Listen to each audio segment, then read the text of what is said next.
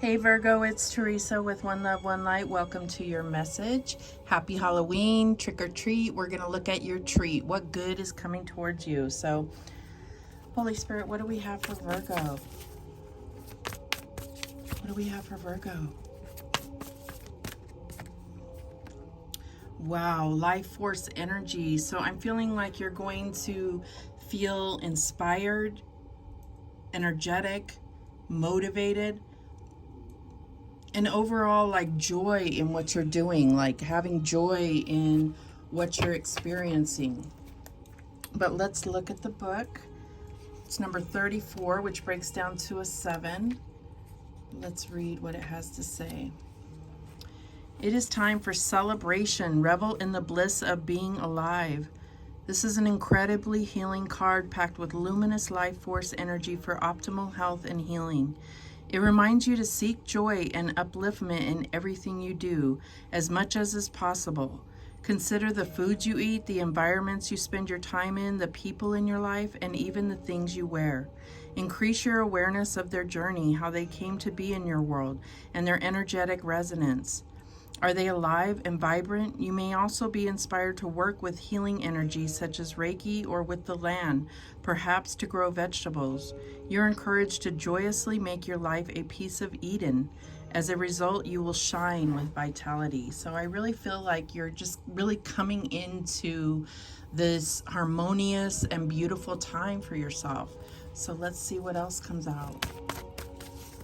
What else do we have for Virgo? And we have kindness counts. So I feel like this is, I feel like this is about giving credit where credit is due, like really responding to kindness, responding when someone is courteous and kind to you. I feel like this is also you you understanding the effort it takes sometimes when we're all going through things that are depleting us or, causing bitterness, and overriding that with kindness, being kind to others, and understanding the effort that it takes others to be kind, because it's not easy in this world, right? It's not easy to feel inspired or motivated or energetic. So I feel like kindness counts. This is like when you're really looking at people in your life, and some may not make a huge impact, but their kindness is something that is, consistent. That counts for something. All right, what else do we have for Virgo? And we have confusion. So I feel like there is some type of confusion. I feel like that this life force energy, you're really going to get some clarity here, but there's confusion about a situation. And I feel like, you may be trying to make a decision. You may be trying to see what really happened in a situation. I just feel like there's something that is fogging up your environment, and this could be some toxic energy. This could be a toxic person or an environment that is just toxic and causes this confusion wherever they go. I feel like you can identify this person. You know who it is, and it's not about judging them. It's just about understanding that you can choose not to be around this person or this situation or this environment. You can step away from it. All right, let's see how this is playing out. Holy Spirit, what else do we have? And we have the Knight of Cups. So yeah, I'm getting just from this card that there could be a choice that you're making between, like, maybe you're dating somebody, or maybe it's a new job, but it's something about new people in your life and really trying to understand who is for you. It could be which job is for you. And I feel like it's not about money. It's not about looks. It's about how the situation or the person makes you feel, or what vibe do you get from that person. I really feel like you're going to be tuned into vibrations and be able to read a lot more about a person or a situation by the vibration. You're going to be much more tuned into that energy and be able to feel guided and either connected, or what aligns with you and what doesn't. All right, and we have the Empress. So I feel like this is a need to understand your own creative energy and what can come in the way of that, what can block that. So the Empress is all about abundance, fertility, support, nurturing, that divine feminine energy. What's the challenge here? And we have the Hierophant. So traditional ways. I feel like I'm starting to get that this is like, this is something to do with a job, and I feel like this could be, you know, the traditional roles that people play, or the tradition, something about tradition is not setting well with your energy. And so I feel like there's a need to find who is your allies and who is not, and be able to take a stand or make a move based on the energy, as far as moving jobs or moving out of a situation, clearing the confusion. What is the advice from Spirit here? And we have true love. This is the Lover's card. So I feel like, you know, there could be a connection that is really a divine connection for you. I feel like, so you have Gemini, you have all this major arcana here. You have Gemini, Taurus, and 2 Taurus cards, one after the other. So I feel like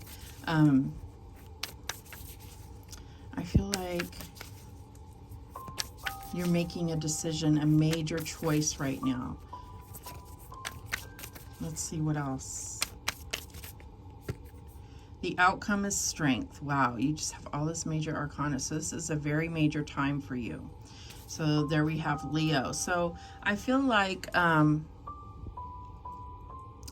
there's a traditional way to go about things, and that may be one person that's very conservative or a certain way, and then there's another person that you're making a choice between the two. And I feel like you may be in this state of confusion because there is someone that seems more attractive. But what is your soul telling you? What do you align with? That's what I'm getting here. I feel like the Strength card is allowing you to really utilize your intuition and that vibrational gauge that you've come into recently, of really being able to decide which person you vibe with and which person you do not. And it has nothing to do with what you're seeing on the outside. At the bottom of the deck, we have the 3 of Swords. So I understand that it's like you've been hurt in the past. So I feel like this is what also creates this caution and confusion, is because there's fear that comes into play. But I feel like Spirit is taking all of that away from you, just lifting it off your shoulders and allowing you to just be in your joyous state, and then really seeing who or what aligns with that, whether this is a job, whether this is a partner, whether this is a partner at a job. So let's go ahead and clarify. Show me this Knight of Cups. Who is making this love offer here? And we have the Ace of Coins, new abundance. So again, another offer. So I feel like this could be about going to a new job. Show me that Empress.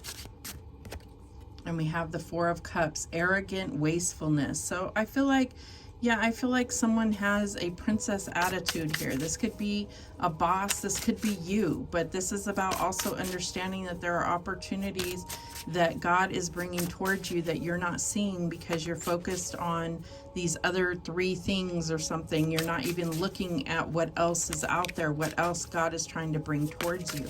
Show me the Hierophant in the challenge position.